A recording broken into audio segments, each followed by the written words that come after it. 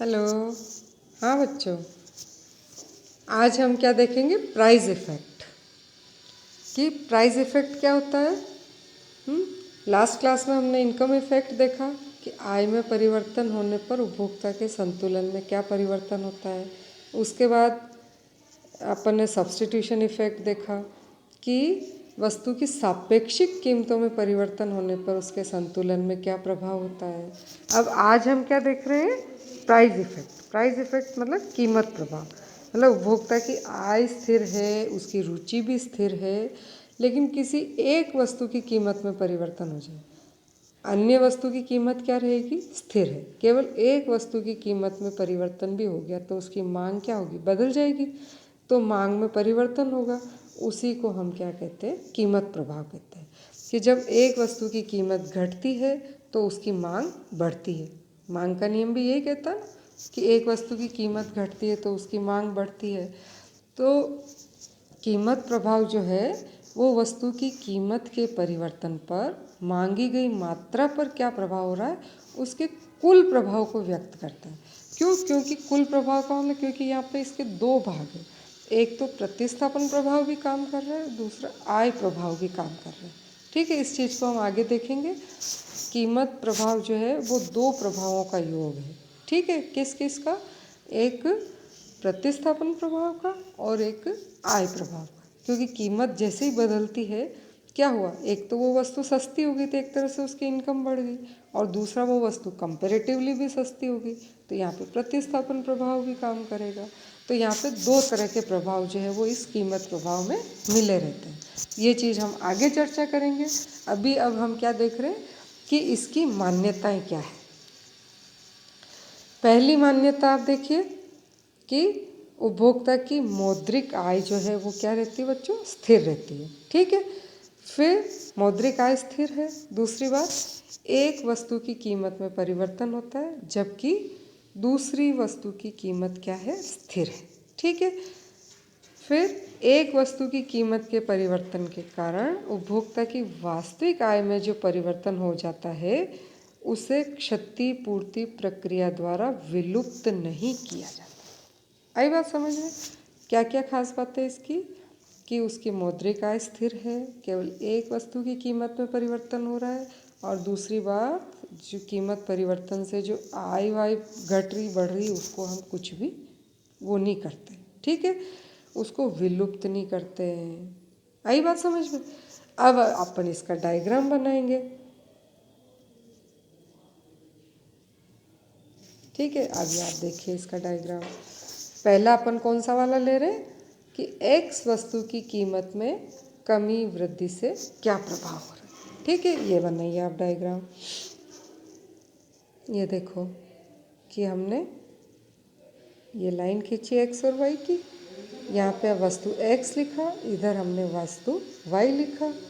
ठीक, अब सबसे पहले आप देखिए कि हमने एक R1S1 एक बजट लाइन बनी। क्या बनी? सबसे पहले बजट लाइन हमारी कौन सी है? R1S1। ठीक है, और इसके उपभोक्ता क्या है? P बिंदु पर संतुलन में है। यहाँ तक कोई प्रॉब्लम नहीं। अब आप देखिए क्या हुआ? y की प्राइस स्थिर है, केवल x की प्राइस में क्या हुई? कमी हो गई।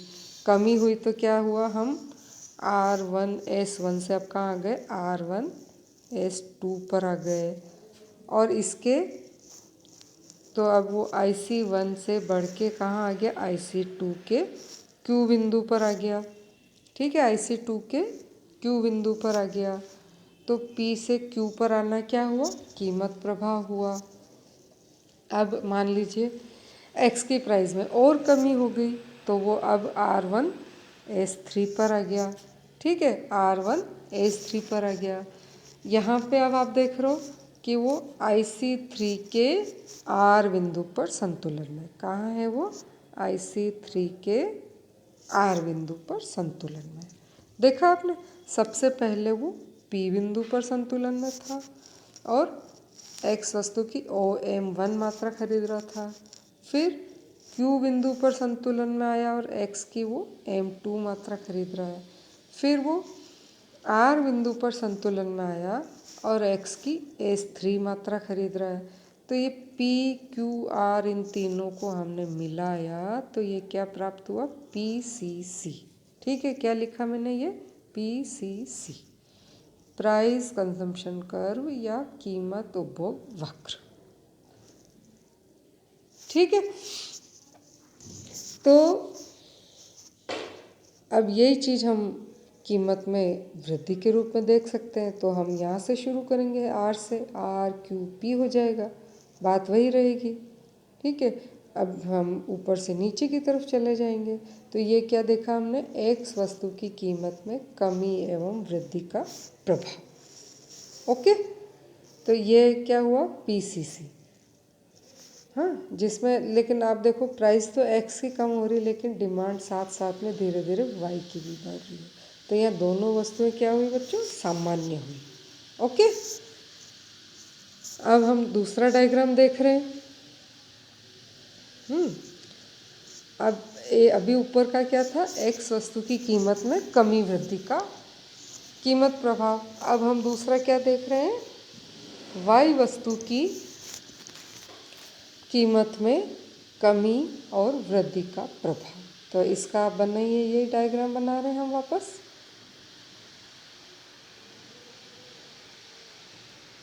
एक्स एक्सिस पे एक्स वस्तु लिखिए, वाई एक्सिस पे वाई वस्तु लिखिए। ओके, और फिर हम क्या बना रहे हैं, बजट लाइन बना रहे हैं। ये सबसे पहले SR1, ठीक है, इसके P बिंदु पर वो संतुलन में है और y की ON1 मात्रा वो खरीद रहा है। उसके बाद आप देखिए कि इसकी प्राइस कम हो गई और बजट लाइन SR2 हो गई। क्या हो गया बच्चों, SR2 हो गया और इसके वो IC2 के Q बिंदु पर संतुलन में, IC2 के इस Q बिंदु पर वो संतुलन में है। अब इसके बाद वो मान लीजिए और प्राइस कम हो गई तो वो SR3 बजट लाइन बन गई उसकी। ठीक है, हाँ, अब क्या हो रहा है कि वो IC3 के R बिंदु पर संतुलन में, IC3 के R बिंदु पर संतुलन में है। तो ये P Q R इन तीनों को मिलाया हमने तो ये क्या प्राप्त हुआ, PCC। ठीक है, क्या प्राप्त हुआ बच्चों, PCC। ओके, तो ये भी बाएं से दाएं आप देख रहे हो ऊपर जा रहा है, जा रहा है। तो प्राइस तो यहाँ वाई की कम हो रही है लेकिन डिमांड आप देखो धीरे धीरे एक्स की भी बढ़ती जा रही है। तो यहाँ पे भी क्या हुआ, एक्स और वाई दोनों ही वस्तुएं क्या हो गई बच्चों, सामान्य हो गई। ओके,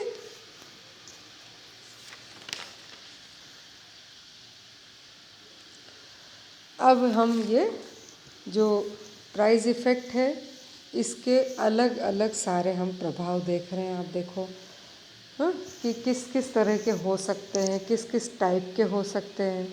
हाँ, तो अभी पहले जो बनाए हमने दोनों में दोनों वस्तुएं सामान्य थी, लेकिन अब हम जो बना रहे हैं आप देखो, अब अपन केवल एक्स की प्राइस में परिवर्तन कर रहे हैं। ठीक है, अब वाई का आप ट्राई करिएगा। ओके, तो सबसे पहले ये बना रही हूँ मैं। अब थोड़ा फास्ट चलना चाहिए अपने को, है ना, बहुत बड़ा चैप्टर है। ठीक है, लेकिन थोड़ा जल्दी समझने की कोशिश करो आप। तो यहाँ पे हमने क्या बनाया, यहाँ पे लिखिए नीचे वस्तु x और इधर लिखिए y एक्सिस पे वस्तु y। ठीक है, अब सबसे पहली बजट लाइन हमने क्या बनाई बच्चों, RS1, ये बनाई हमने RS1। इसके वो यहाँ पर संतुलन में है। ठीक है, P बिंदु पर। फिर प्राइस कम हुई और वो RS2 पर चला गया और वो IC2 के Q बिंदु पर संतुलन में है। फिर प्राइस और कम हुई और RS3 हो गई। ठीक है, और इसके वो IC3 के R बिंदु पर संतुलन में है। तो यहाँ पे आप देखो ये जो PCC बना ना, ये देखो PCC, ये क्या हो रहा है बच्चों, बोथ एक्स एक्सिस के मतलब एक तरह से नीचे की तरफ आ रहा है, धीरे धीरे क्या हो रहा है बच्चों, ये नीचे की तरफ आ रहा है। तो इसका मतलब क्या हुआ कि यहाँ पे एक्स वस्तु तो श्रेष्ठ है और वाई वस्तु क्या हो रहा है, निम्न है। क्योंकि एक्स की प्राइस कम होने से उसकी एक तरह से आय बढ़ रही है ना, लेकिन फिर भी वो क्या कर रहा है, एक्स की ही मांग को बढ़ा रहा है, वाई की मांग को और क्या कर रहा है, कम कर रहा है। ठीक है, जबकि वाई की प्राइस में कुछ भी नहीं हुआ, लेकिन एक्स सस्ती होने से वो क्या कर रहा है, वाई की मांग को कम कर रहा है, एक्स की मांग को बढ़ा रहा है।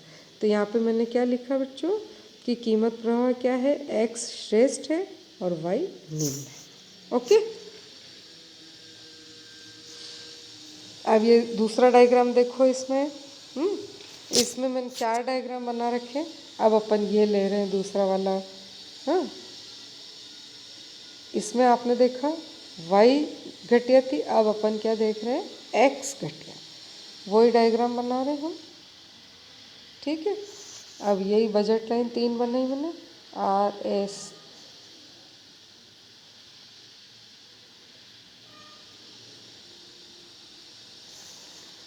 RS1, RS2, RS3।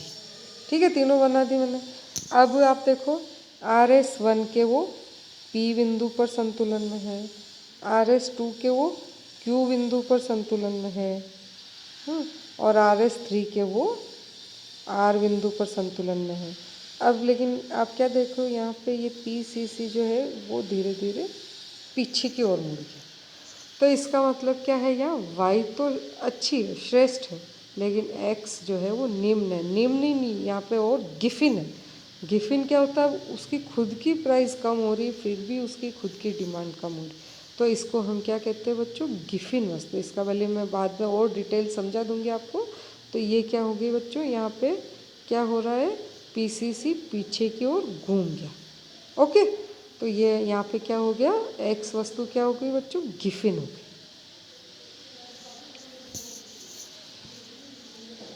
अब ये तीसरा डायग्राम देखो।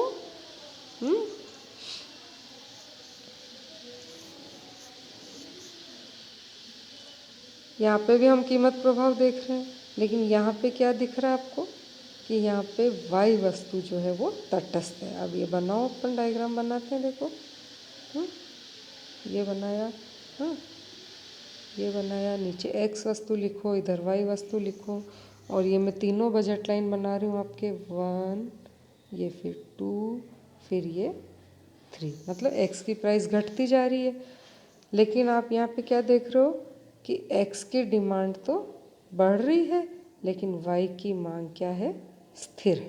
तो यहाँ PCC क्या है, PCC क्या है बच्चों, यहाँ पे एक्स एक्सिस के समानांतर है। तो इसका मतलब क्या हुआ कि